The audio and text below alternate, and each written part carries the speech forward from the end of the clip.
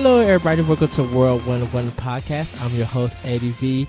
Joining me is my good friend, the Big Papa himself, the Red Velvet Cake, Mr. Larry Giver. Fucks up, fools!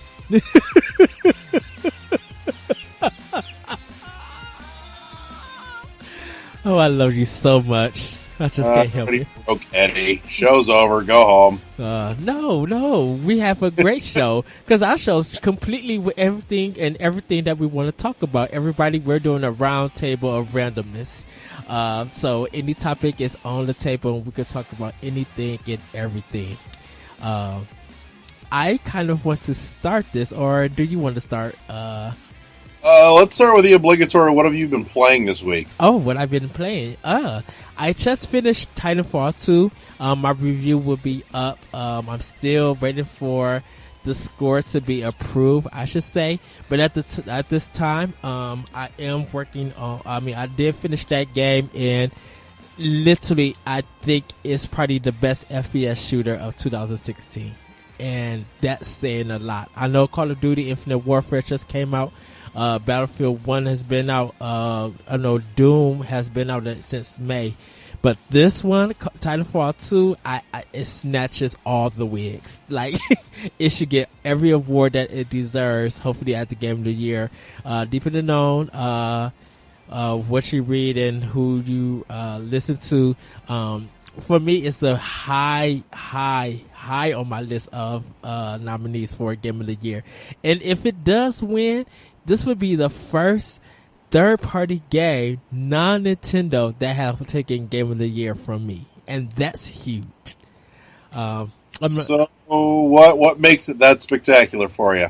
Oh my goodness, where do I even begin? I really don't want to say I really don't want to say much because of the review, but the gameplay, the dialogue, the story, the relationship between your Titan and you as a player is amazing. It's so breathtaking and so relaxing, and it left me speechless. Like, the game wanted me to be like, you know what, you need to replay this because you're missing some things. And I was just like, yeah, I want to replay this. All the guns in the game feel great. Like, they feel useful. Like, it to me, it's hard to pick on what is my favorite gun.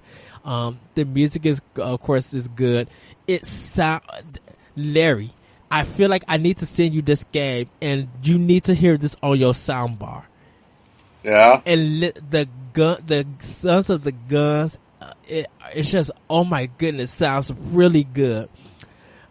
Just like hearing that in stereo, you're gonna be like, oh my goodness, they really studied this. I love this. I love their sniper scope. They, getting headshots. It's beautiful. So how is the story, in a game where the debut game had no story? This one, the story is very sci-fi, but it's so action-packed. I would fucking hope so. You've got giant robots. Yeah, but I mean, it deals kind of with, there was kind of like there was a war going on, but there was kind of something peaceful going on. But while you training, you get interrupted that one of your team that's on this planet Typhon is on, gets attacked.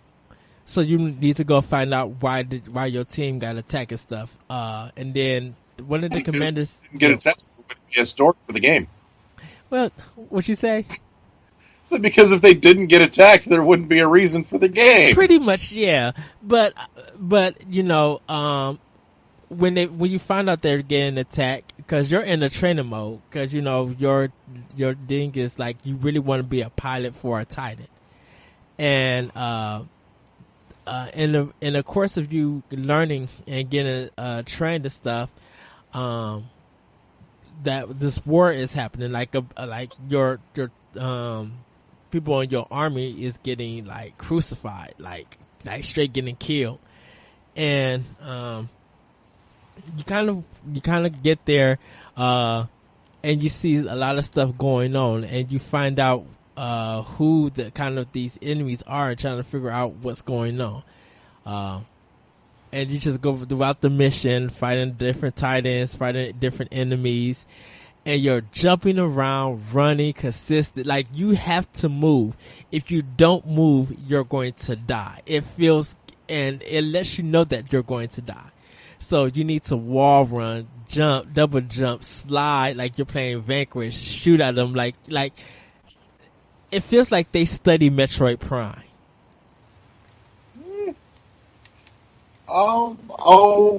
You send it to me and I will. I'll dink around with it. Okay.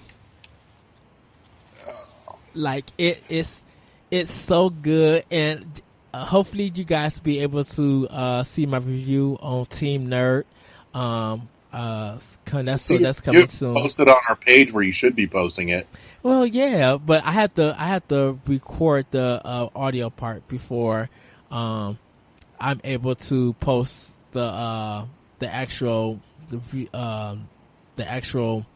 review for it, like word review. But this one is really good. I know people are just like, well, that doesn't sound convincing. Trust me, it's a game that you have to put into your hands and you have to play. So, I should be able to send it to you, Larry. I kind of need to go get some pilot helmets. But it'll probably be on this way to Indiana, probably by the end of the week. So, right on. So you could try it.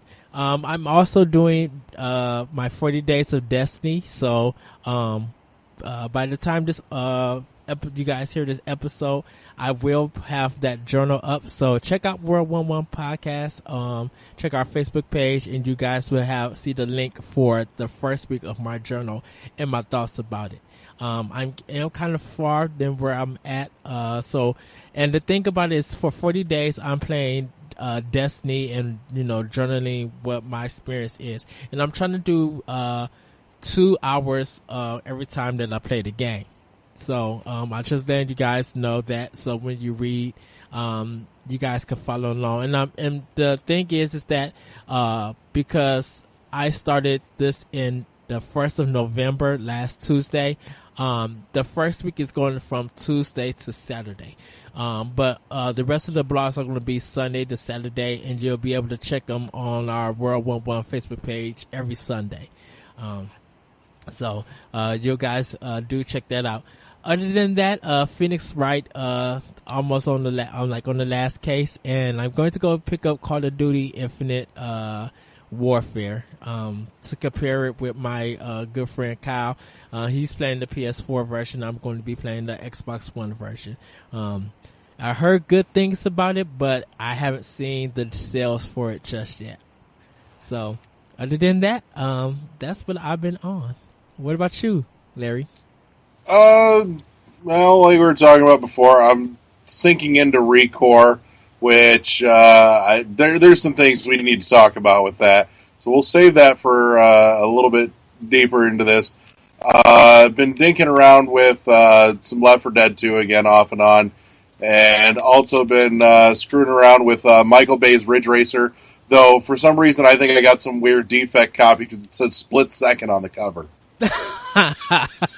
I can't believe that you're playing that game. Oh, did you read the news? I news? love Split Second. Split Second's fun. It's got problems, but it's stupid fun. Before we get to that, did you read the news that Turtle Rock dropped the lost episode of Left 4 Dead 1? I did. I saw that today, actually, and I'm a little sad that that's PC only. Okay. That's what I was going to ask you. I'm like, was it for consoles? Because I didn't. I read there's the story, no way in hell if bother putting that out on anything other than PC at this point. But Split Second, I remember that game. Split Second was a ton of fun. Yeah. It wasn't all that intelligent by any stretch of the imagination, but it was fun. Like, I feel like the guys that did Split Second need to talk to High Moon Studios for when they do another Transformers game, because we need like some of that collaboration, because they figured out how to make car racing into an action movie, and that's exactly it. Like, there needs to be some sections in the Transformers games that are like that. Like, there's parts of that game where you're not racing anybody, but you're just running from helicopters that are shooting fucking rockets at you. I seen that. My friend, he had split second playing it, and I was just like, "What awesome. is this?" It's fucking awesome. Everything blows up. Nothing to bitch about. Like I said, it's got some problems in terms of when it decides you've run into a wall at the exact right angle to qualify as a crash. You look and go, that's kind of bullshit, but for what it is, it's dumb fun. It's like Michael Bay's Mario Kart. I love how you say it was Michael Bay's Ridge Racer, and I'm just like, wait, it is that, and how does that look? Car game. Yeah, it's not a super deep car game. It's about as deep as Ridge Racer ever went. Pick a car, pick a track, go. You just now have the added component of the fact that you've got, everything that blows up. They've got some neat modes. There's some straight race modes where everything blows up. There's ones where, like I said, you're getting chased by the helicopters, and there's others where you've got, like, these huge big rigs that are dropping barrels that explode behind them. You got to sit there and race past them and shit like that. But, it's enjoyable all the same, just on its own merits. I'm trying to think if I've played with anything else this week. I finished Ori and the Blind Forest.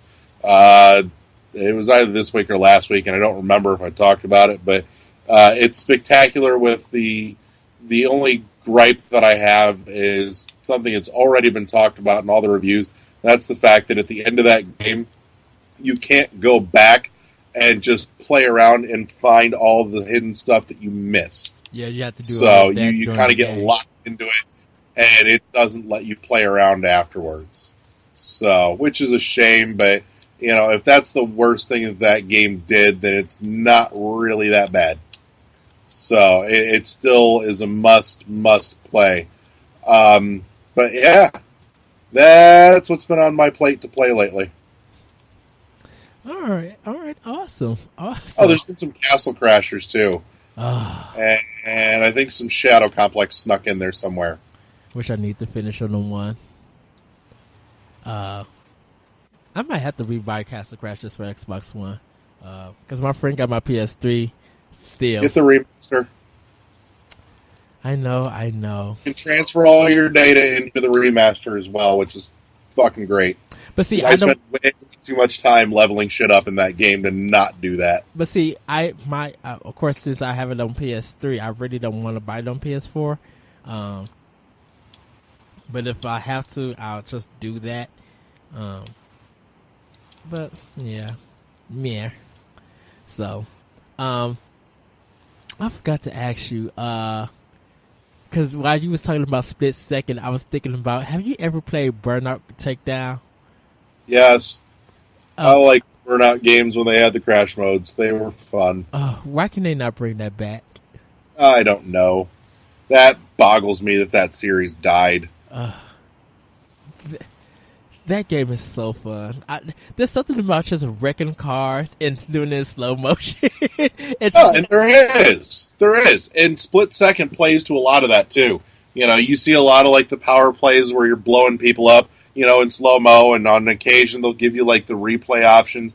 I love the fact too that it's not a fixed course. There are points where, if you're carrying enough juice, you can actually like do course-altering power plays where like you can drop an air traffic control tower on a course, and it blocks off the old portion of the course and sets you guys on a new portion of the course.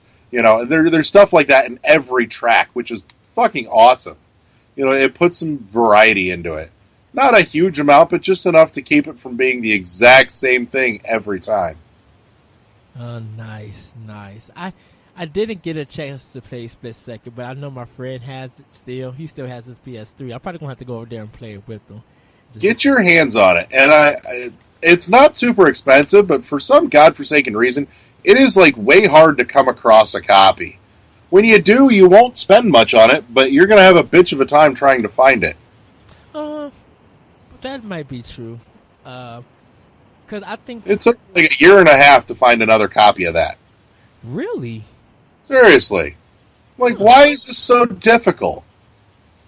Probably, did the developer go out of business? No idea. I don't even remember who the hell developed it. Couldn't tell you.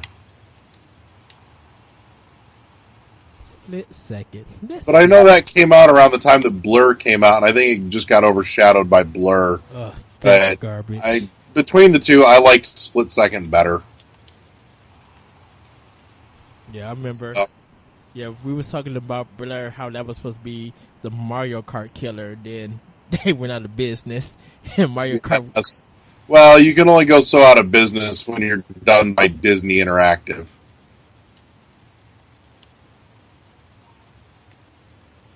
That issue. Split Second Velocity. I think that's the name. Yeah, Split Second Velocity.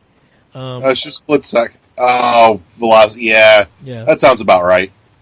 Black Rock Studios. Was it? Yeah. Huh. Yeah, because this came out in North America May 18th, 2010. Okay. Yeah, nope. Split Second was fun. Go play it. Find a copy. Not expensive. Just gotta look for it. Oh, wow. Yeah, the sequel even got canceled. Which makes me more sad. Yeah. Oh well. Yeah, so it got a lot of positive reviews. That's because it was fun. It had problems, but it was fun. Well, that's really all that I needed. I think that's what I like about some of the arcade racing games. They're just like straight fun, and they do something crazy and not too hard to handle and stuff. I like things like that. Exactly. That's why I'll still play Ridge Racer. Ridge Racer. Yep, I will still play Ridge Racer. Maybe that's like, why. I'll still open up Ridge Racer 6 on my 360. It's still fun to me. Oh, wow. I remember that and the Ridge Racer on the original DS was a lot of fun. The handling on it was so ridiculous that you could get away with most anything, and it was just awesome for that fact. It's weird because I remember Ridge Racer being kind of like almost a Sony exclusive. Like that was the racing game on PlayStation when it first came out. Well, and it wasn't Sony exclusive though. I mean, that was, if I remember right, there was a Ridge Racer that was on N64 as well. I may be completely off my nut here, but I'm almost certain there was. But that's showed up on like everything at this point.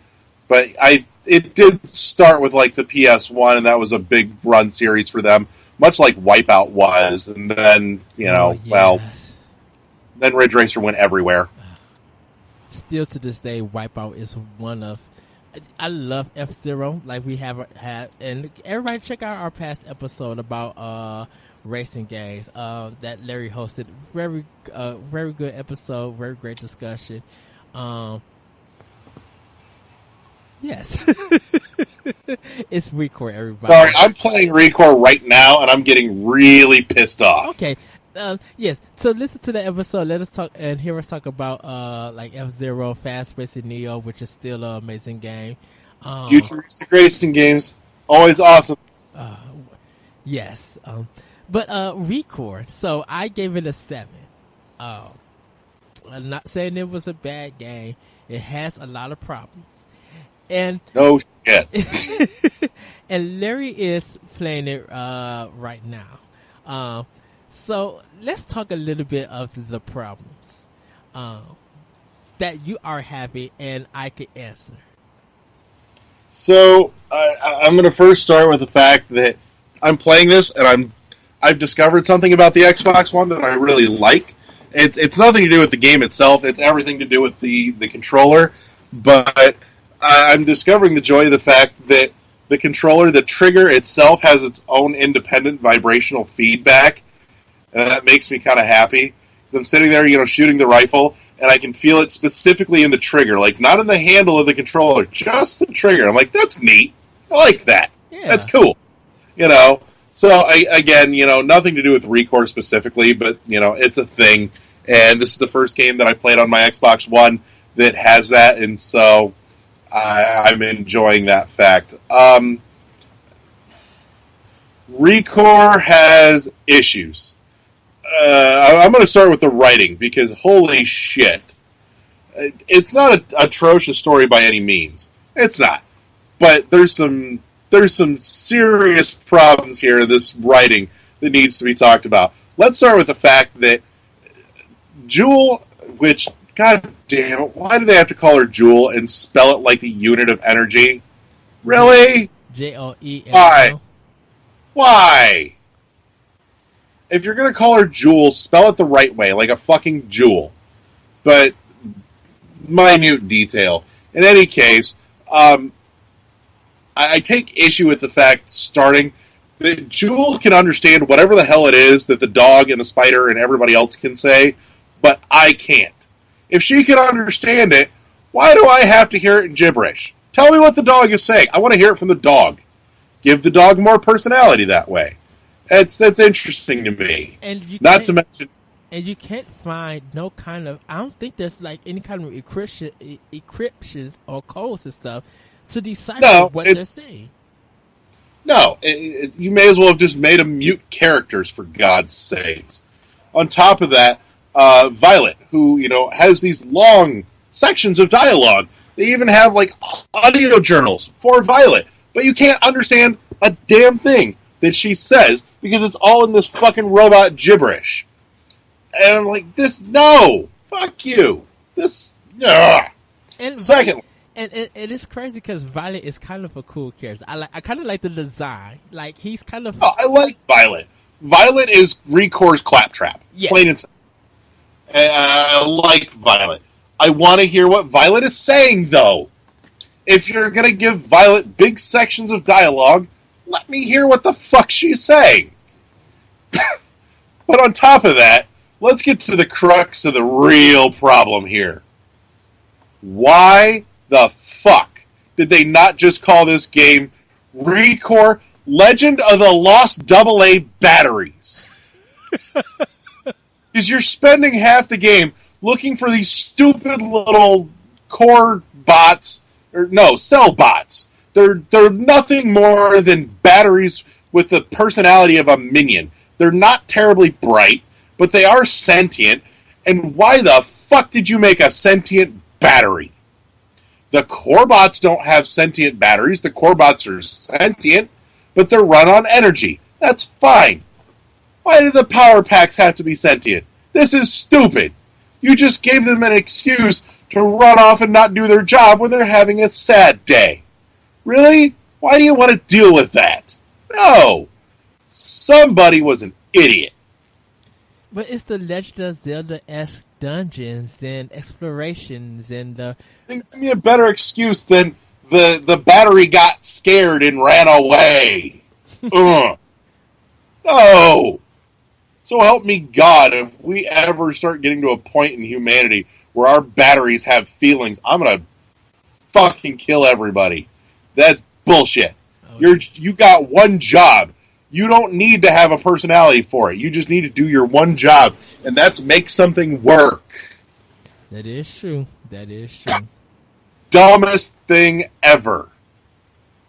Now, how many bots do you have? Do you have, or are you just still starting out? I got Mac and I got Seth, and for anybody that hasn't played it yet, Mac is the dog and Seth is the spider. I kind of love Seth when he's transferring you and you jumping everywhere and click it. I kind of like that. God, yes, it's great fun. And even my wife, who was sitting here watching me play that section of the game, is like, this reminds me a lot of Metroid Prime. I'm like, oh, it's got their fingerprints all over it. Yeah. Because right there, they took the literal definition of the spider ball track and just dropped the word ball and made it spider track. And it does the exact same thing. I will say, I like the little bit of personality that they've given Seth so far. He doesn't seem to have nearly as much as Mac does, but the little bits that he does have amuse me. Like, Mac's a great climber. He's terrified of heights. That's funny to me. It's stupid, but it makes me laugh. Yeah, wait. So, and on top of that, I don't know what it is. I can't quite put my thumb on it, but the way that Seth looks, his face, that round head thing, he genuinely looks scared all the time. And when you first meet him, he is kind of scared. Yeah. No, that's part of his personality. He's got the yellow core. He's supposed to be one of the fearful ones. Yeah. Because they talk about the different core bots with the different color cores having different personality traits. Like, one's supposed to be brave, and another's supposed to be cheerful, and another's supposed to be fearful. And that's Seth, is the little scaredy bot. He's fearful. And for some reason, just the arrangement of, like, the little ports and lights on his head give that exact correct look of a scared spider. And it's kind of adorable. Which is weird, because people are afraid of spiders. I know, but somehow Seth is adorable, and I like Seth. Yeah, I do too. There's something about him when in the cutscene when you first meet him, and the guy. It's just like, oh my goodness, I love you. And like I somehow, for some unknown reason, I could see Recore as an animated movie. And honestly, part of me is almost thinking that it would have been better that way. You know, like, get the guys that did Titan AE, you know, this, and let them go fucking hog wild, because it's clearly in their ballpark. Yeah. You know, I'm still not sure that I'm nuts about a lot of the aesthetic in this game, though, because every time I'm looking at it, I keep just going, why am I not playing Borderlands? Because so much of this game is somewhere between Metroid Prime and Borderlands. Well, definitely with the color coding, it's straight Metroid. Yeah, and that's another thing that pisses me off, because that shit's just lazy. Really? All you could come up with was colors? That's it? Jeez, at least call it something cool.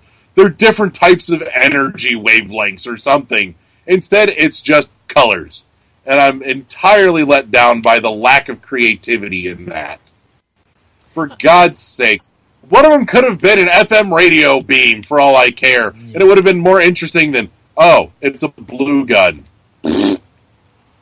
Well, I do have to say that I sometimes have to kind of like stop shooting to switch stop moving Joel to get to the color that I need. But then I gotta switch it again because another color is attacking me. It's like one of the problems that I definitely had, besides the loading times, was the auto attacking. I mean, auto lock on. It's just like if I'm fighting a blue enemy and the red enemy gets close and jumps in, it switches to the red. And because I'm shooting him with the blue one, the shots are doing less damage. I have to get to the red gun. Well, the red thing is like on the other side of the control pad. And I'm just like, well, I'm trying to jump and move and not get attacked by the 55 other enemies I have to deal with. Yeah, and I don't think that the auto lock bothers me all that terribly much, for the simple fact that this feels kind of right at home to me in the fact that I played a lot of Advent Rising that used that flick targeting mechanic. And honestly, Advent was kind of one of the first games that did that. I liked it. It worked well in Advent. Granted, Advent wasn't dealing with the weapon switching mechanic like you are here, but all the same, it was still there, and it helps kind of put you at home in that mentality of this is how your targeting works. I'll grant you too, the weapon switching worked in Metroid Prime. I don't feel that it works nearly as well here, like you said, because unlike Prime, the pacing here is a lot faster. Yes. Especially when you're in the middle of what I'm trying to trudge through at this exact moment. Fuck this fight. And that's another thing. This arena thing is bullshit. I'm walking into a room. It's a great big room. It's this huge, hangar bay thing. And the giant evil robot crawls out of the ground, and suddenly, instead of having this whole room, which somebody in level design said, we should design this whole room, somebody in gameplay said, yeah, but we only want you to fight in this circle, so we're going to cut you off from the rest of this room and make it far less interesting, and just a lot more of a pain in the ass, and unbalanced. And it boggles my mind why anybody did that. Because seriously, it doesn't do that, primarily out in the middle of nowhere in the overmap. But I'm sitting here in a dungeon, and I'm cut off from the rest of the room. Instead of having a whole room to work with, I'm getting just limited to this little fucking circle that's less than half the size of this room for this huge fight where they keep dropping in more and more enemies on me. And on top of that, make the problem worse is that these enemies are going to sit here and corner me into a spot where I cannot get out. I cannot stop taking damage until I'm dead. And especially with the stupid yellow shields, that's bullshit. They're clustering everything way too densely together to make it impossible to be reasonable. And it's absolutely infuriating.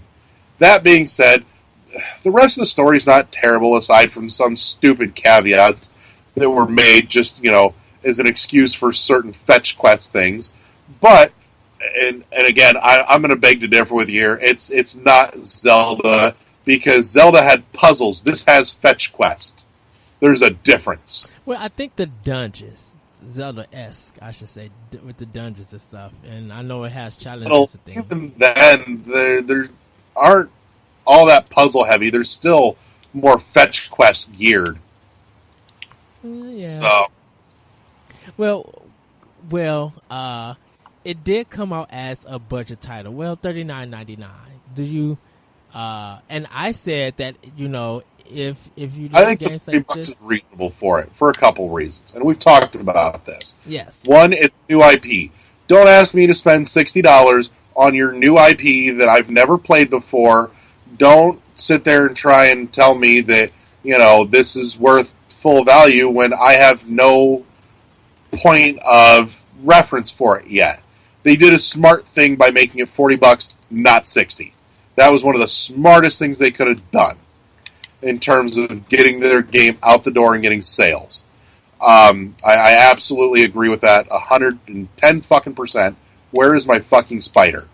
Anyways, so and there needs to be way more of that happening in the marketplace space. Oh, this is bullshit. Do not put me in that corner.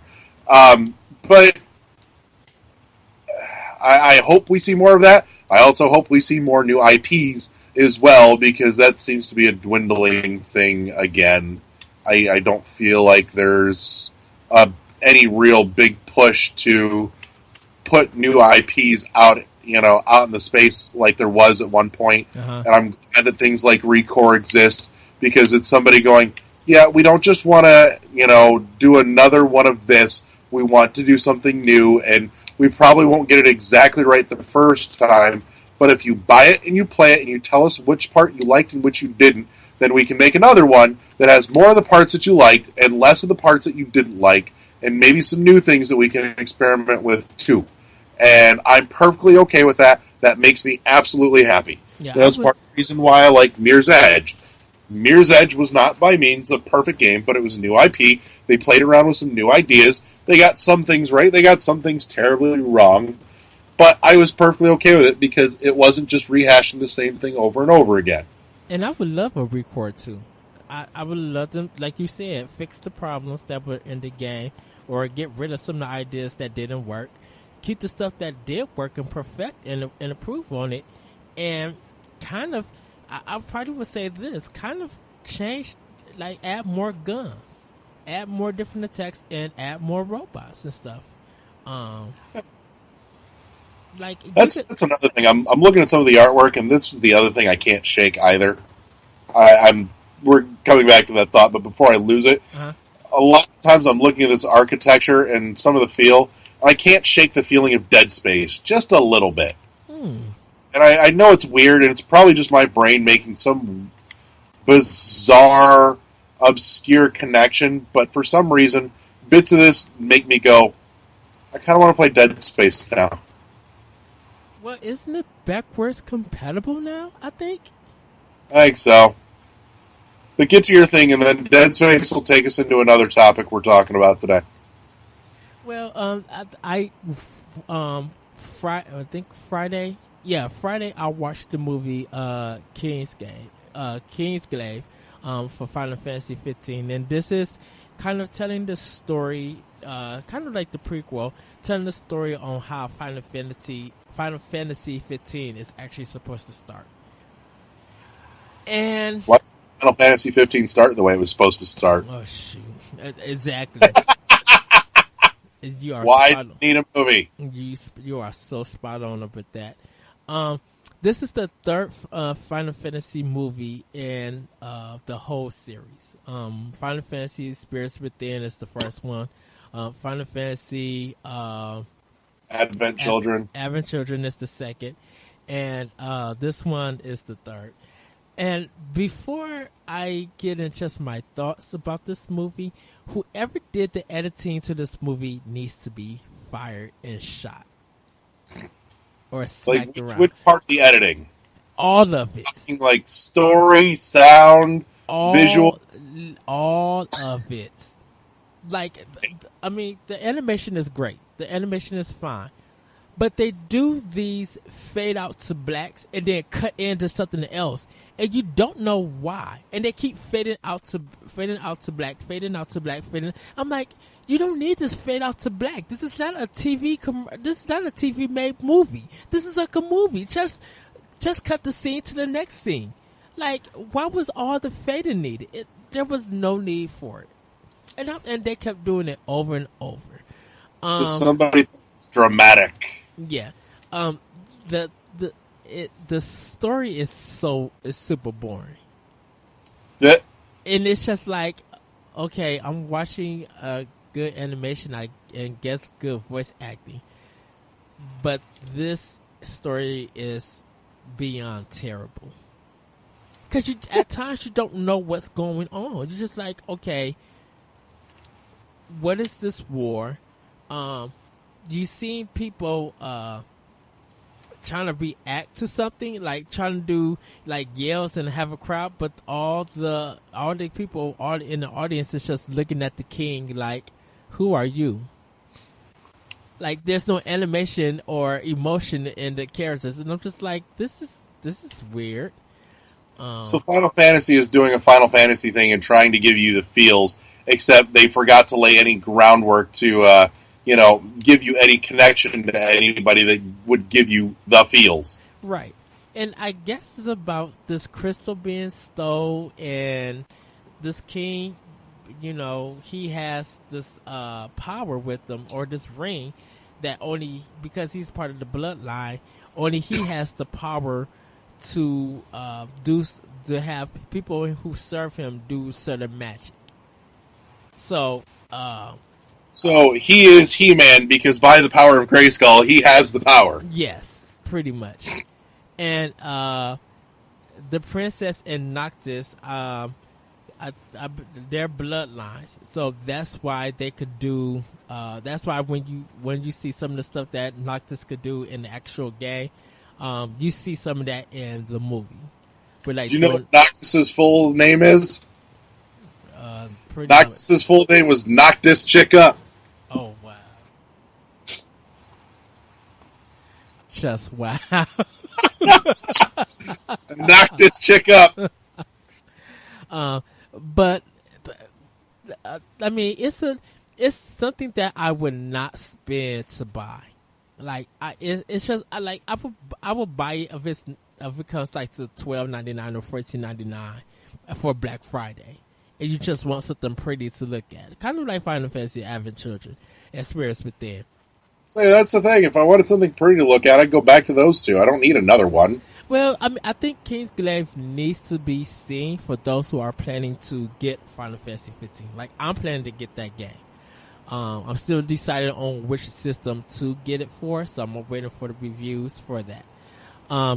But this movie is so bizarre and edited horribly, and the story is confusing. I mean, the voice acting is great. don't get me wrong. The voice acting and the animation is superb. Like it You really described is good. every Final Fantasy game, though. Well, yeah, but I mean, the production value for Kingsglaive is like kind of is really top notch. It really, really is good. And so the voice acting is good also. A little bit of the fights are okay, but it's so confusing that you just sit there and you watch and you just like, I'm eating a fish fillet and that's more interesting than what's going on the scene. So basically, it's a thing that didn't need to happen, but it happened anyways. I mean, it needed to happen, and I'm glad that it did happen. I just wish that it was better organized and well told. So from what you said, I haven't heard any reason why it needed to happen, other than somebody wanted to make some more money. Well, yeah, I mean, it's beautiful. I think because of the trailer, when you first see the trailer, it looks interesting. But then when you start watching the actual movie, you're like, wait, what just happened? Wait, how did y'all wait, why this editing? Why was this fade out? Like, are you guys going? Because I watched it on my PlayStation 4, and I'm thinking that they're going to commercials to advertise Final Fantasy 15. That's how it would look like. Like it's like I'm like, this is not a Lifetime movie. Why is all this TV movie editing is happening in this? This doesn't make no sense. Oh God. Maybe I can only fathom that maybe they designed that with that in mind going forward. And to let everybody know that this is 2 hours. That was more like it's 2 hours of your life you're never getting back. There's been worse. And it's called Grand Theft Auto 5. But, yeah, if I say rent it if you're interested. If you like good animation, you already got the other 2 movies, and you're a big fan of Final Fantasy. I guess add it to your collection, but I say wait for a sale. And this is another thing, I couldn't find it even at stores. Like I looked at Target and couldn't find it. So, and I don't know if Best Buy or Walmart has it, but it's out on Blu-ray. Advent Children wasn't all that readily available when it came out either, truth be told. I think I seen that on DVD though. Yeah, I mean, you could get it on DVD, but you had to know exactly where to look for it when it came out. It wasn't dropping everywhere like a regular DVD would.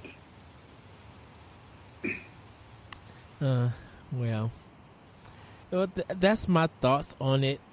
If I had to give it a score, because we all have our own review scores. I know probably from Larry's thing, it's probably a budget price movie. To watch on not Halloween, watch on Thanksgiving or something. I mean, it's worth the rental. So I guess 3 out of 5 Yoshi coins. That's because I can't give it 2 because like I said, the production value and the voice acting, and I kind of like some of the characters, and I like the king is cool, the main character is cool, I like him. It's just there's just some problems with it, and the music is fantastic, of course, because it's Final Fantasy. Basically, they just couldn't put together a fucking story. Yes, pretty much yes. So all right. That kind of sums that up real well, then. Yeah, so we're going to move on to what Larry wants to talk about, because he has 2 interesting topics. Then after that, we're going to head on out. So this will be a really good discussion. So, first of all, I'm totally about to wave the bitch finger at Microsoft, because I spent better than 2 hours on the phone today with their fucking customer support and got a bunch of bullshit from them.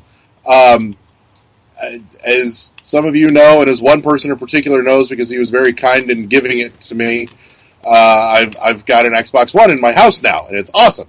I'm having a great fucking time with it. And, I've had a Microsoft account or an Xbox, Live account forever and a fucking day, but I haven't really, paid for gold in forever because I don't play shit online multiplayer. It irritates me, and I don't do it. So, but that being said, I thought, you know what? There's this ad on my dashboard on my Xbox One here. It says, free month of Live Gold. I'm like, you know what? I'll pick it up and I'll dink around with it and decide if I really, if maybe I want to get back into, some of the stuff that Live Gold has to offer. And instead, it just runs me around and around in this circle. It won't let me collect my month of, free Live Gold. And I've read the fine print. I work in insurance. I read the fine print on shit. And nothing here says that I'm excluded from this offer. And so I called Microsoft's customer support, and after being on the phone for like 45 fucking minutes with this guy, he says that, well, you're excluded because back in 2008, you got a 1 month free trial, and it's a once, per gamer tag lifetime offer. And I'm sitting here thinking, why the fuck did you guys send it to my dashboard?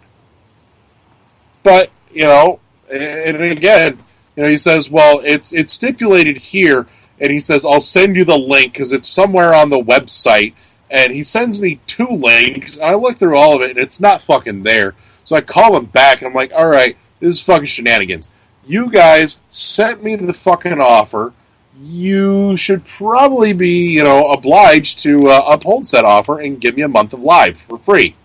And I still get more runaround for like another 45 minutes plus at this point, because like I said, I think the whole thing equated to about 2 hours on the phone. And I'm like, seriously? You guys are that uptight, that you won't just shell to make your customer happy? You're the ones that fucked up and put the offer there, and then you say you can't have it. So, that one right pissed me off, and fuck you, Microsoft. Or more specifically, fuck your customer support. Because clearly you guys do not know the mechanics of doing decent business. So, in addition, you guys are big enough that you should be able to control which ads go to certain people's dashboards, because if it's not applicable to me, don't send it to me. Like, here's an offer for a free month of gold. But you can't have it because you had it like 6 years ago. That's so weird. It's fucking stupid. And it was totally handled by their customer support division. Like, seriously, I don't get a whole lot of leeway in, what I can do for people at work, because I'm in insurance. Insurance is a regulated industry. There are laws in place about what we can and cannot do. Correct. And, this, however, not so much. This is stupid advertising on your fault. You fucked up. It costs you $10 or less to just own it and make somebody happy. And you couldn't fucking do that. I'm way sad at that kind of customer support. I am.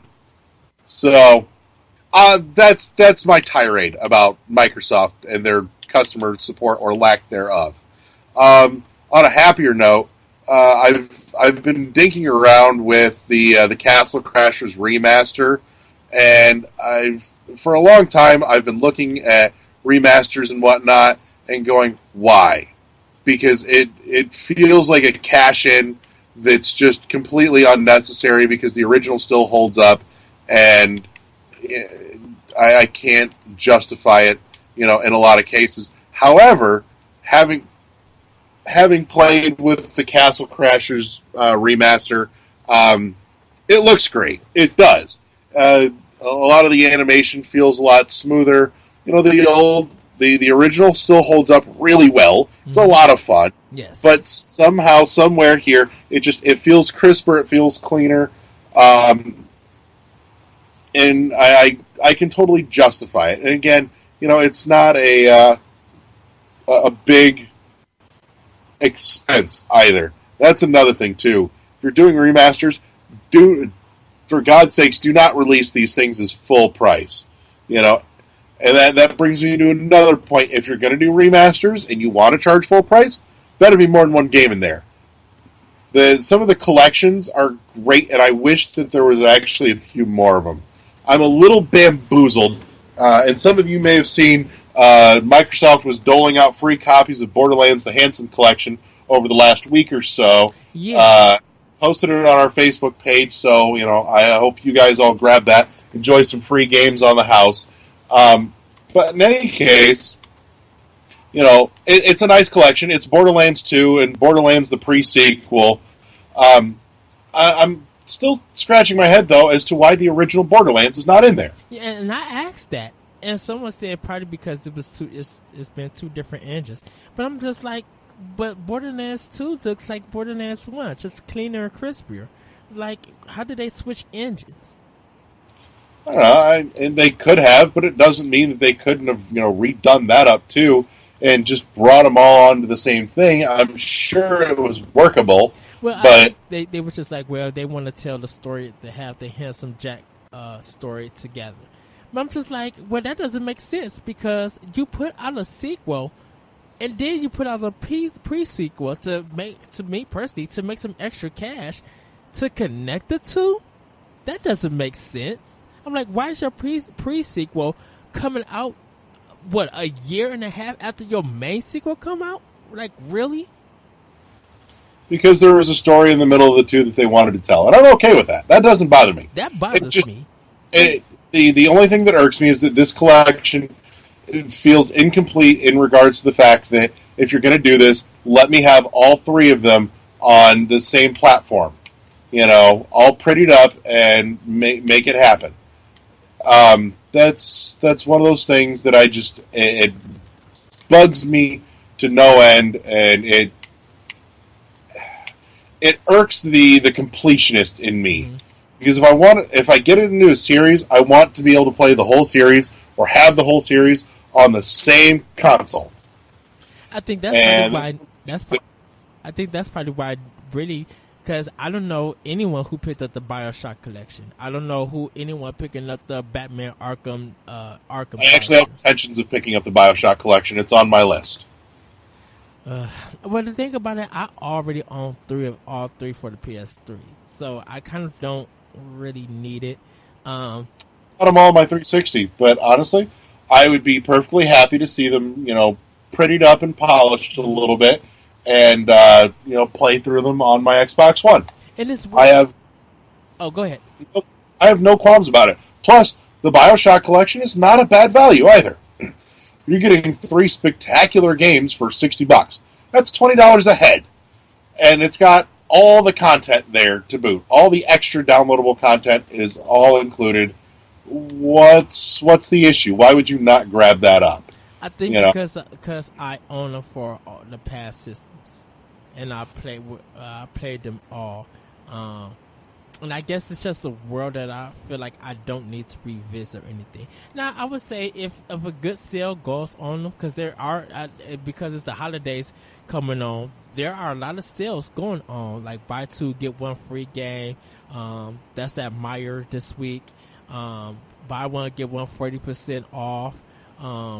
Just like, and then that, like, the kind of like all the Black Friday ads are starting to leak out too, so yeah. You can catch those, all the obligatory places. IGN's usually really good at putting all that together. And well, I can say this, that for people who are rewards members at Toys R Us, I think a week before Black Friday or that week of Black Friday, you do get those sales, and they usually post that. So people who, because like I'll get an email showing what's going to be on Black Friday. I don't know what items are going to be on Black Friday. Nintendo hasn't even sent us anything yet. Because normally they do something for Black Friday. Like they'll do a special 3DS or something like that for Black Friday. And that's no secret or anything. A lot of people just know that when they go to a store, and even Nintendo just be like, yeah, this is for Black Friday. This is a good deal and stuff. I'm a little baffled, actually, that I haven't heard anything about any holiday bundles for the 3DS yet. Yeah. That boggles me, because normally, throughout October, you're hearing about the bundles that are coming, for the rest of the holiday season, and I haven't heard a damn thing. I got a friend of mine at work that, was asking about it, and I told him, I said, more than likely, throughout the course of the month, I'll hear something and I'll let you know. And I've been watching, and there's nothing. Yeah. I'm really curious. It I don't know if they're restructuring or they're still trying to work on Nintendo Switch. But yeah, I don't know anything about that just yet. I can say though that actually Wii U's have been selling.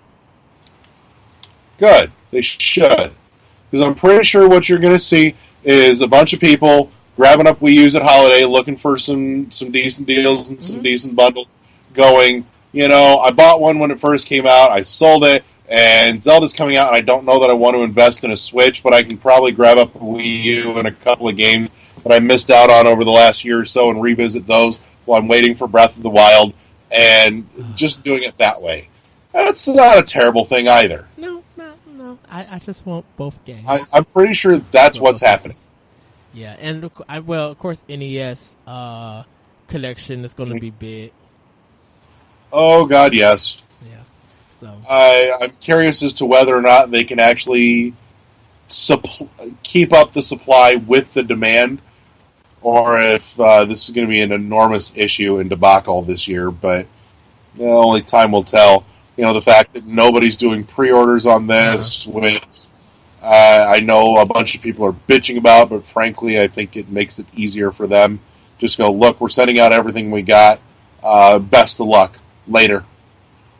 Yeah, well, we'll see in the coming weeks. A bunch of people going to retailers going, you promised me, and then saying, well, look, this is what we were told originally that we were going to have, and this is what we ended up actually getting, and I have no control over that. Well, this is the thing about it. With the quantity we get, we don't have no control over that. But we definitely can't hold one. Like, if you call, you better be like, do you guys have them? Like, we can have a few. Then you better be like, okay, and then be on your way. Or you need to not go to work and be at whatever retail store at the time that they open up. Because if you really want one, you're going to have to make a sacrifice to get one. Yep. And and this is just big bake for Nintendo. I could just say that. So. Oh yeah. And people are picking up Xbox. I know people are picking up Xbox Ones, and maybe Sony might be selling more consoles now because they slowed down quickly. And I think that was one of the one problem with Sony with the PlayStation 4 is that they sold too much in the beginning and for a good while, and now that a lot of people have it, the momentum is slowed down. So it's just like, even with the Slim and with this Pro, it's going to be good for Christmas presents, but it's just like, I think everybody's going to probably be going to the other systems. Definitely with people who go and get the NES, people who going to get the 3DS and stuff like that.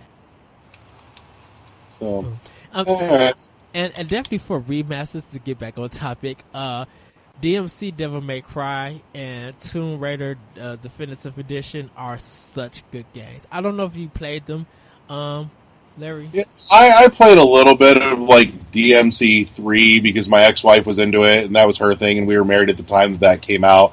But I was never big on Devil May Cry. It wasn't my cup of tea.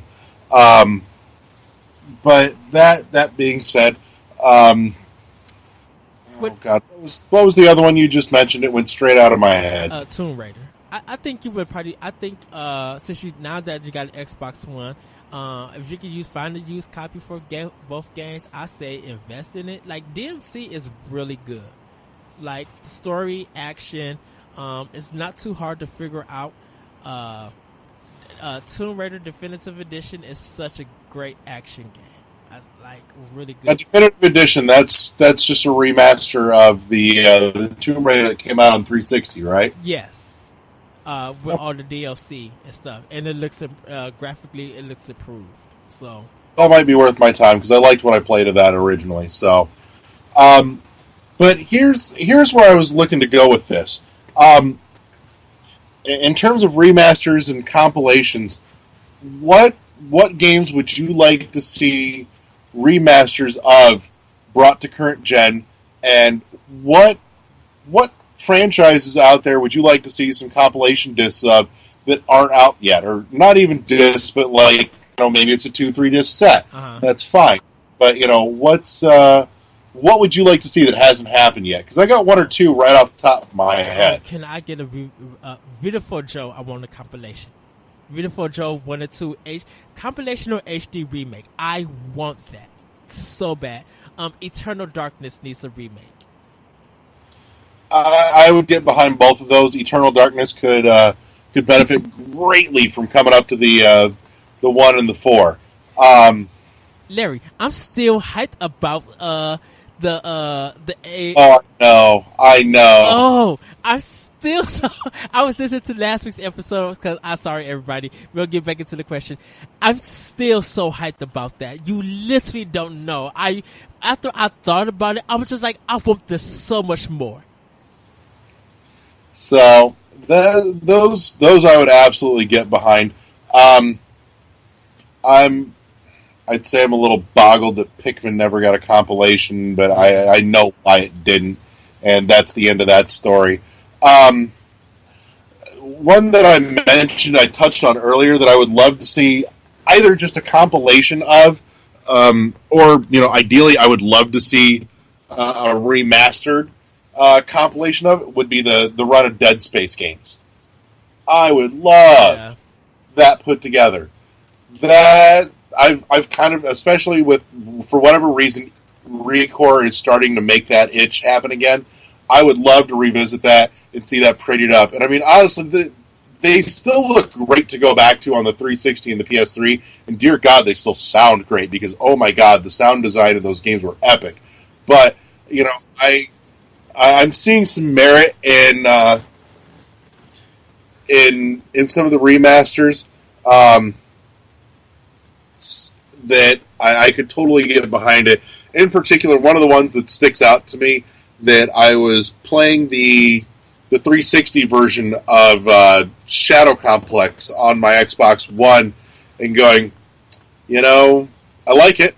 It still doesn't look bad, but I really want to spend $20 and get the remaster now because I'm pretty sure this would make it far more tolerable.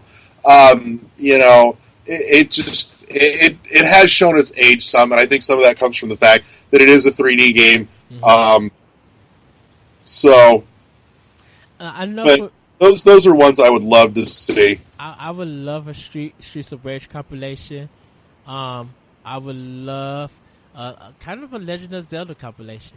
I think I probably would love for it to go system by system. Even though I know the Super Nintendo really didn't get a sequel to it. Super only got one. Yeah, but I would love to have maybe the NES and Super Nintendo ones all together. All the Game Boys are together, all the Game Boy Advance ones together, the DS ones together, the GameCube ones all together, N64 ones together. I would kind of love to see that. Because I will rebuy Twilight Princess and Wind Waker, and I'm gonna be like, you know what? Have the international versions in it. Put the Japanese into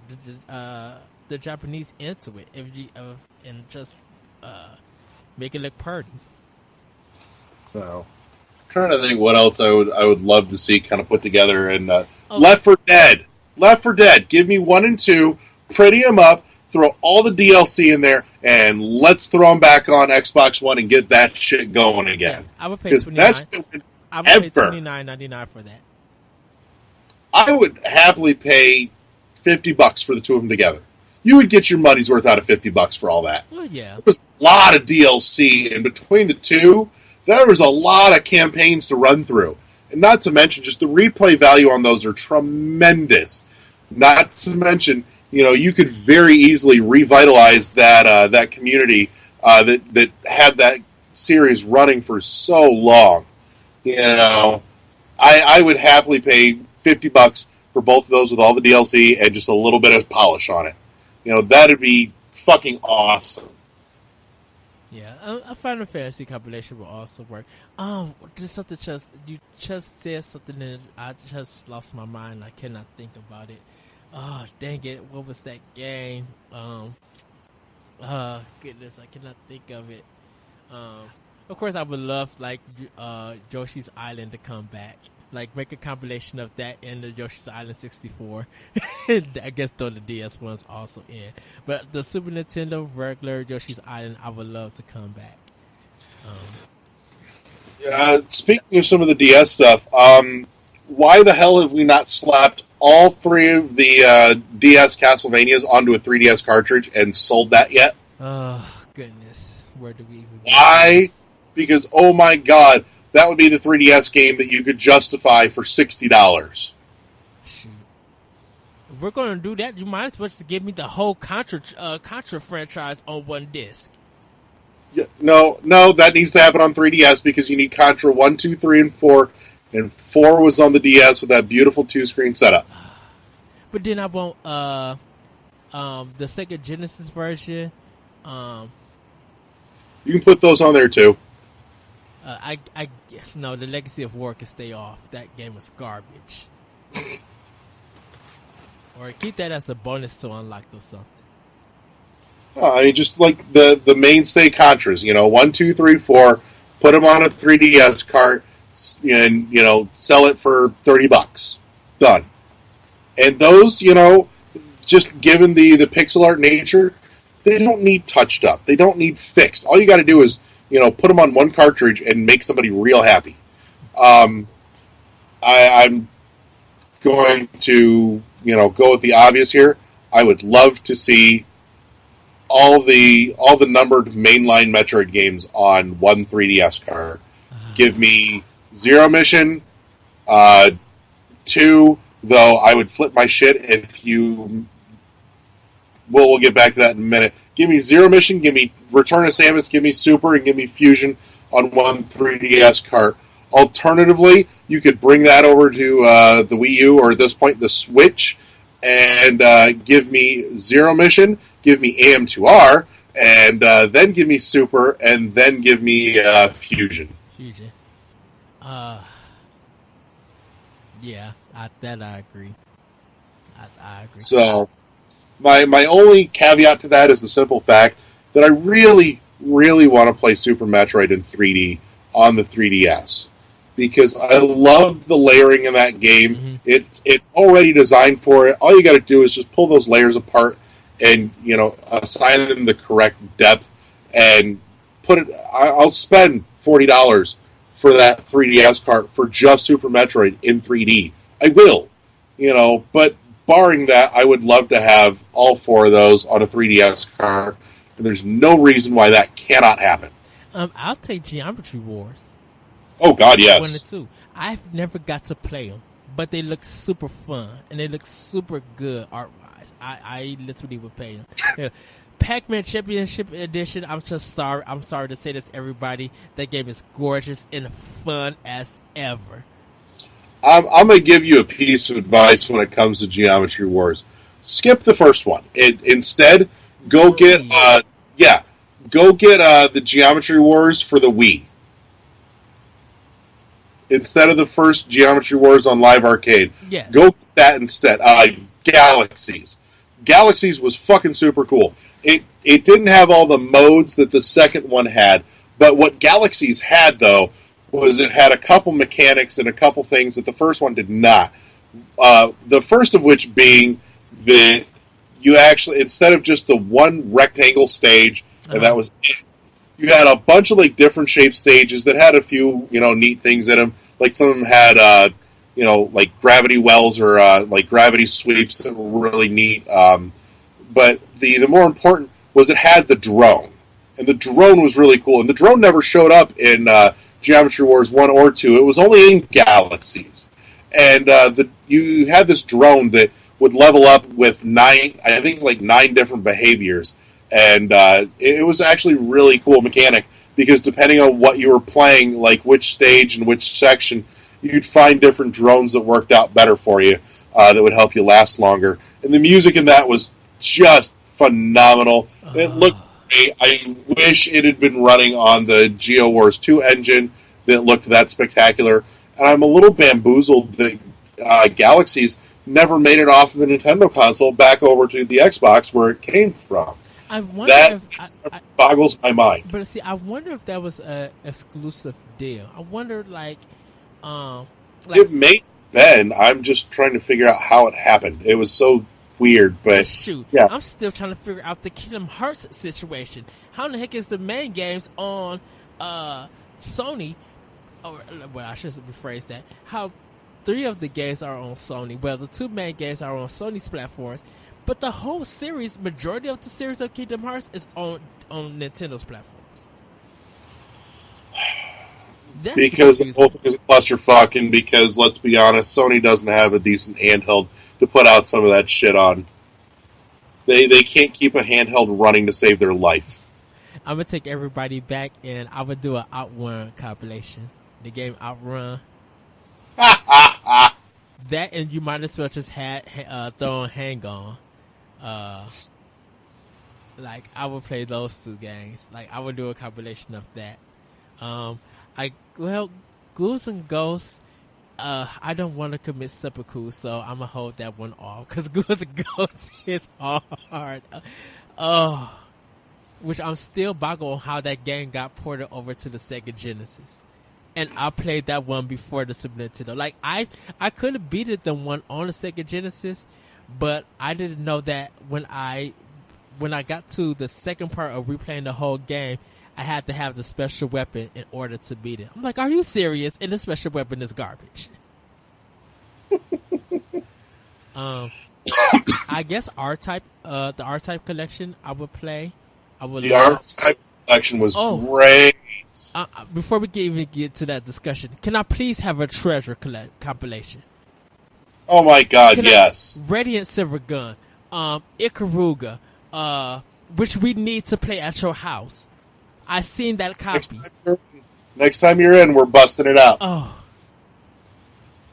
So I'll tell you a fun Ikaruga story, because you know that game is made to be played long-wise. Yeah. You know.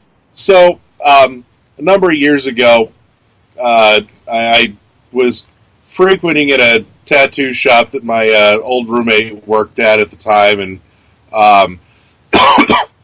I was his ride, and so I spent considerable amount of time just, wasting time there. And so I brought my GameCube in, and there was an yes. Well, at one point the HDTV wasn't actually attached to anything. I got bored, so I said, fuck it. I'm finally going to get to play this game the right way. So I spun the HDTV on its side and hooked up the GameCube just so I could play Ikaruga lengthwise. Just once. See, and that's why I call you my brother. Like, literally, like, I know that me and your parents are not related, but you are literally my brother, and I love you so much. Oh my goodness, yes. So yeah, that happened. But no, like you said, there's a few things that I wouldn't mind seeing, revisited, polished up, and then re-put out in a compilation. But that's one of the things that set me off was, I'm not going to bitch because it's free games, but why couldn't they just put all 3 Borderlands games together? Yeah. Why? Because at this point, there is no Xbox One native version of the original Borderlands, unless I'm missing something. There's none. Borderlands is only for PS3 and 360, and that's it. There's no remake. There's no kind of remake or remaster or anything for that one. If you like Borderlands, I do. It's not particularly intelligent, but it's fun. Yeah. Shoot 'em up, bang bang with role playing game mechanics. Yeah. It was funny. It had a great sense of humor. It did. One of my favorite lines from that game, and it came out of one of the DLC packs, will forever be that redneck character whose name escapes me going, "Sweet cinnamon titty baby Jesus." That wonderful southern hillbilly redneck voice of his. Oh my god, that was a great line. I remember nearly shitting myself laughing when I heard that, because I was not expecting it. And he ends up getting killed, though. I think. In that game. What was it, Scooter or whatever the fuck his name was? Yeah. Yeah. Yeah, because he ran all the automobile stations. Oh, no, Scooter didn't get killed. And Borderlands 2, no, Scooter didn't get killed. I haven't played 2 yet, actually. I'm a horrible person. I haven't played it, but it's on the to-do list. I think when I finish Recore, the next one on my list is going to be Transformers Devastation, because that was one of the ones that Michael gave to me as well, along with the Xbox One, and I want to play the fuck out of it. I have that one for PS4. That brings me to the other thing that really brought up the remasters and compilations thing is my copy of Transformers, the movie 30th Anniversary Edition Steelbook case came in the mail the other day. And oh my god, it's so fucking good. So jealous. It's so good. Literally jealous. Because I can't get into Friday I get paid again so I can order it. Because I can I tell you, when I first got my DVD player, and I spent like $200 some bucks for my DVD player. The first movie I got was Transformers anniversary. I think it was the 20th anniversary or something like that. It might have been earlier. But they had finally brought the Transformer movie to DVD. That was the first movie I put on. Which, God, that got expensive too. Like, I've been watching that for the last couple of years because I wanted to pick up another copy because I had one and it disappeared years upon years ago. And copies of that were going for like $100 fucking bucks. Oh, yeah. Like, God damn it. So, but I have my Steelbook case now on Blu-ray and it's so pretty. I was watching the little documentary retrospective thing on it too. And when you see the original next to the work that they did on this, it's jaw-droppingly gorgeous.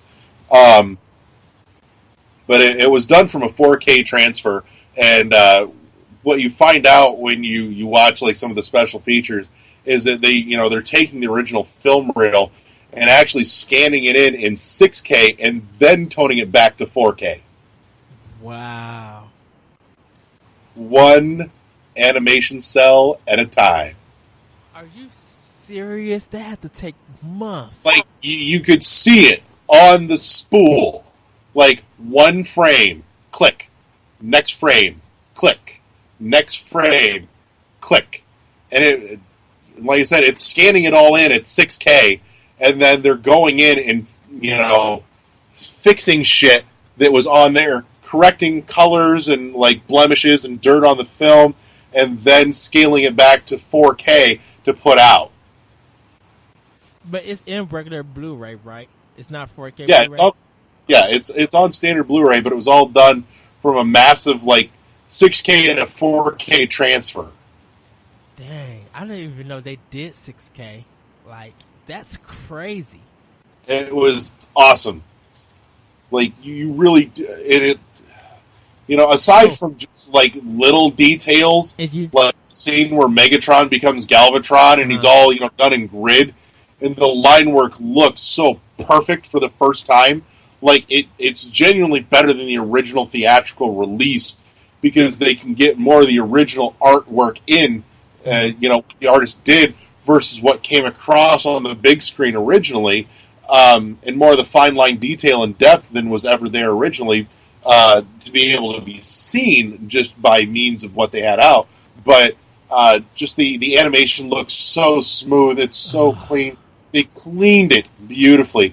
Like I said, they're showing, they're talking about, going through, frame by frame, looking for any dirt that was on the film, that got caught in the transfer, and running it through algorithms and programs to fix one frame at a time of, correcting for things that got on there during the scan process and everything to make it perfect. And it was perfect. And that's why I asked you, I'm like, when did they announce this? Like, I had no notice that they announced it. And plus, I was kind of mad because I couldn't come to your house to come watch the movie. Yes, I was just like, if I was able just to make this drive to come see this. So yeah, that happened. And then on top of that, I was watching it in 3D. Amazing. But everybody, that is going to be our show. I do have to give you guys heads up. Next week we will not have a show, but we'll try to come and do something and probably record a later day within that week so that we do give you guys a show because I will be out of town. We have a show next week. Huh? Why the fuck don't we have a show next week? I'm going to be in Milwaukee next week. And I'm going to Better be drinking, fool. I have this thing next week. That's why I said probably another day. During next week, we could probably record more information will come out or news stories. We'll have I guess, a regular episode. I got something in mind. We'll work it out. Yes. And I actually forgot to mail you. Just be like, Larry, you want to do today's show? And I never sent it to you. So, I got a couple days off coming up this week. We can work something in. Okay. Yeah. As long as you get the show together and whatever you want to talk about will be all gravy. But that is our show. Larry, where can we find you? Most importantly, our Facebook page. I've said it before and I'll say it again. Keep an eye out there. I do like to post up some free shit once in a while. First for Figures, who makes incredibly ungodly expensive video game statues, but they're so good, and I am forever ashamed of myself because they have several Metroid ones that I do not have because they're expensive, but I want. But that's besides the point. They've got a bunch of giveaway contests going on, including one. They got license rights to do some awesome Shovel Knight stuff. They're doing some Soul Calibur 2 stuff. I believe they're giving yes, Calibur 2 Nightmare statue from their collection when that comes out. And it's a long process between when they announce the statue and it actually releases. But it's amazing work what they do. Beyond that, like I said, whenever I see a decent sale or a free game out there, I will post it, which is why, some of you managed to get a hold of the Handsome Collection for free over the past week, because that was spotted and resent out for you guys. So little things here and there. Every once in a while, I see a particularly well-written, thought-out article that I will stick up there as well. I know I've said it before.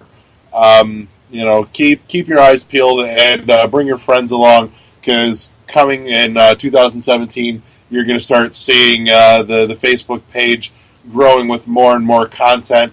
As things settle down for the three of us, you're going to see some more original written content, possibly some more original video content. That shit all needs to be hashed out, but it will come throughout the year of 2017, and with enough growth, there might be bigger things on the horizon. But for that to happen, we need to definitely get a handle on what the size of the listenership is and what the audience is, and make sure that the audience is there to support it, to make sure there's a demand to support what we want to do. Because without that, it can't happen. And I know we did get questions asked for this episode. Sorry, guys, that we didn't address them, because I want Adrian to actually be on the show also, so that we can address your guys' questions. So we will do that. But thank you again, guys. Thank you, guys. Adrian's busy vomiting maple. Yes, Adrian Nieto. Maple syrup is going everywhere and like dribbling out of his fucking nose and shit. Wow. That's what a sick Canadian looks like, kids. Adrian participated in the Extra Life event in Canada, so congratulations to him. He did 30 hours worth of playing video games and making donations for the kids. And we here at World 101, we do want to congratulate everyone who did participate in Extra Life. So great job, everyone. You guys did a fantastic job of raising money for the charities that you guys were doing it for. So we just want to congratulate you. You can find me on Twitter at ThatWretchedCode, and you can find my podcast, Optional Opinion, on SoundCloud, iTunes, Google Play, the AnomalousRadioNetwork.podbean.com. I do have a new episode up there, so do check that out. You can check more of World 101 podcast at iTunes, SoundCloud, Google Play, other podcast apps, but do go to archive.org where we post the episode first. And you guys check it out, and if you like what you hear, is done vomiting tacos, I will eventually talk to him about getting our iTunes feed fixed so that there is a separate iTunes feed for just this show. It's not strung into the rest of Eddie's crap. Hey, my stuff is not crap.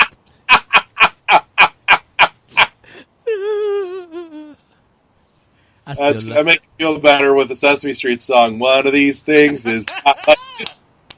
So to explain this real quick, my wedding party was fucking enormous. There were like 7 people on each side, 7 bridesmaids, 7 groomsmen, all of them white as all can be, and then there's fucking Eddie, black as night, and we're all just looking at it going, one of these things is not like the others. And it took him a minute to realize what had happened. He's like, son of a bitch. And I fell out laughing. And I love everybody in the wedding party. I had such a good time. Duke is amazing. I love Duke and Logan. I love those two are amazing. I love Scott and everybody else. Like everybody who was there in the party, I actually love and respect. And so down to earth. Like the laughs were so on point. I was, like I said, I know Michael was looking forward to finally getting to meet you. Like I said, he's been a big on board with this show, and he's done some very wonderful things for me over the last several months, and I've known him for fucking ever. I love that. So I know he was excited to get to finally actually meet you, because he didn't get to make it to my birthday party back in August either, because shit happened. But yeah, that was that was a good time to be had. Yes. I'm in the Rosa Parks as drag your ass to the back of the bus, motherfucker. And like I said, I'm like, look, I don't have my wig on me right now. Once again, Larry, thank you. But that's going to do it, everybody. Like I said, today was complete roundtable of randomness. I kind of enjoyed this. We normally talk like this. I know I called it a bedlam, and I realized, you know what? I don't like that term as much as the term mattress lamb. Or no, mattress sheep. Instead of bedlam, it's mattress sheep. I love that. Not bedlam, it's mattress sheep now. I love that. So, already know that Larry comes with these great titles, besides the one title that I couldn't use. There was 2 now. But only one of them actually got hooked up by SoundCloud. The other one you just got all about. Because I couldn't use that. Yes, you can. Yes, you can. Go back and fix it right now. I can't. Hooray for domestic abuse. And with that, for the record, the other one that SoundCloud actually said, no, you can't have that, was the Nintendo Switch episode. So for anyone that picked it up on SoundCloud, iTunes, or anywhere but Archive where the actual name is intact, the original name of that episode was Nintendo is into BDSM, and for some reason, apparently, BDSM got hung up on SoundCloud. They wouldn't allow it. I'm like, really? Why? It's not implying anything sexually. It's just the term. I'm sorry, the term exists. So, but at that point, I was absolutely bamboozled by that fact. So... And yeah, if you ever wonder, if there's any differences, and you want to see what the original source material looks like, you need to start sourcing into the archive site, because the archive.org site is where I post everything direct from when I finish editing it, including all the absurd and offensive episode titles that come out of my brain that result in these shows. And the sad thing about it is, I'm not surprised about any of it. I kind of expect it. But when I seen that one, I was just like, wait, what? And I tried to, I'm like, okay, this one I could put in. That's fine. And when SoundCloud wouldn't let me put it in, I'm just like, oh, wow. And it was weird because I'm like, I love Nintendo, but this title is completely funny.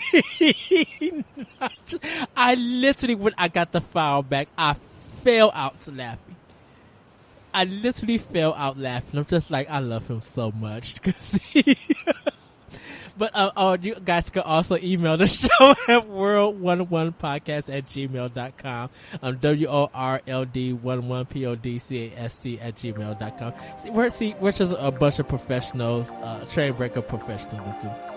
We're trying to track off our adulthood, but most of the time we're just, I guess, a mess. So yeah, that's it. That's all I got.